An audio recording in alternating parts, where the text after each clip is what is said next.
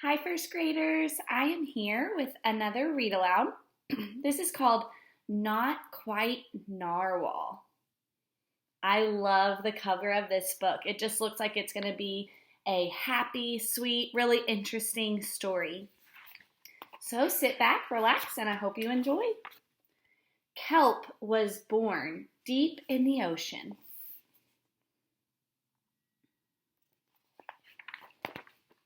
He knew early on that he was different from the other narwhals. His tusk wasn't as long as everyone else's. He had different tastes in food. And he wasn't a very good swimmer.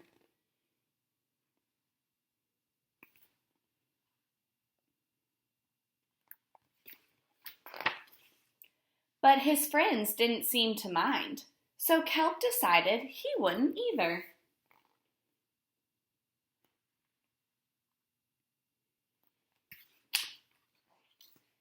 That is, until he was swept away by a strong current. I wish I were a better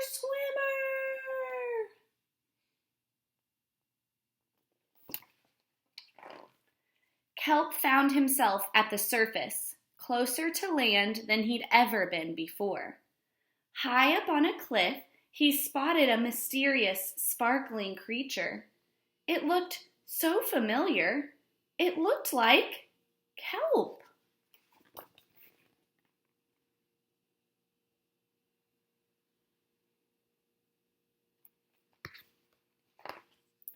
Kelp swam toward land as fast as he could, which wasn't very fast at all, hoping that he could catch up with the creature that looked just like him. When he finally reached the shore, Kelp felt a little bit anxious.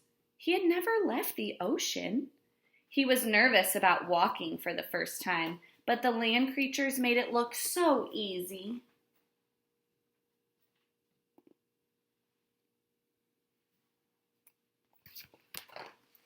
It wasn't. Oof. Ow. Eventually, he got the hang of it.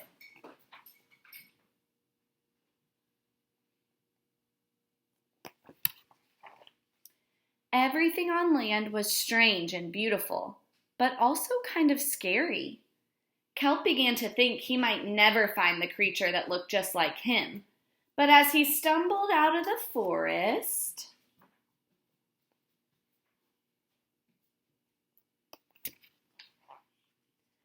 land narwhals! Actually, we're unicorns, and by the looks of it, so are you.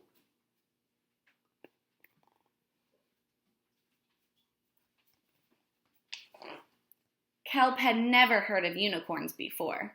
They taught him all sorts of new things about his tusk. We call them horns. Wow. They introduced him to unicorn delicacies, like unicones.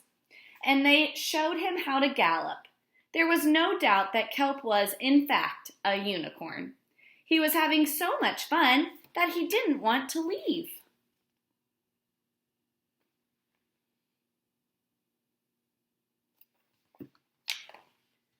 But then he remembered all of his friends under the sea. Kelp missed them terribly, so he said goodbye to the unicorns and returned to the ocean. Come back soon.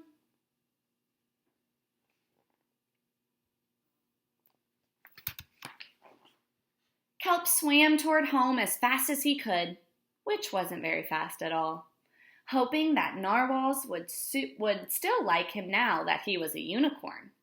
When he finally arrived, Kelp had butterflies in his stomach. That means he's nervous.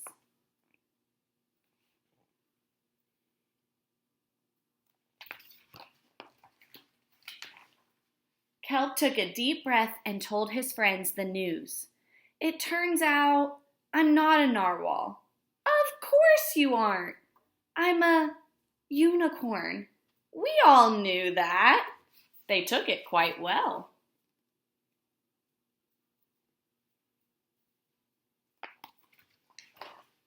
Kelp was happy to be home, but now that he'd experienced life on land with the unicorns, he couldn't seem to forget them. Did he want to be a land narwhal with the unicorns or a sea unicorn with the narwhals? Kelp couldn't decide, but then he realized that maybe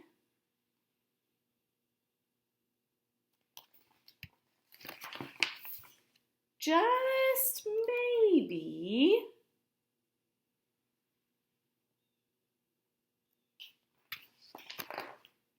he didn't have to choose.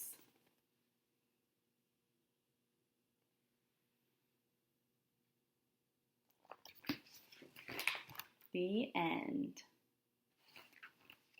This is the last page in the story. And this little guy saying, "I'm a unicorn." And he's going,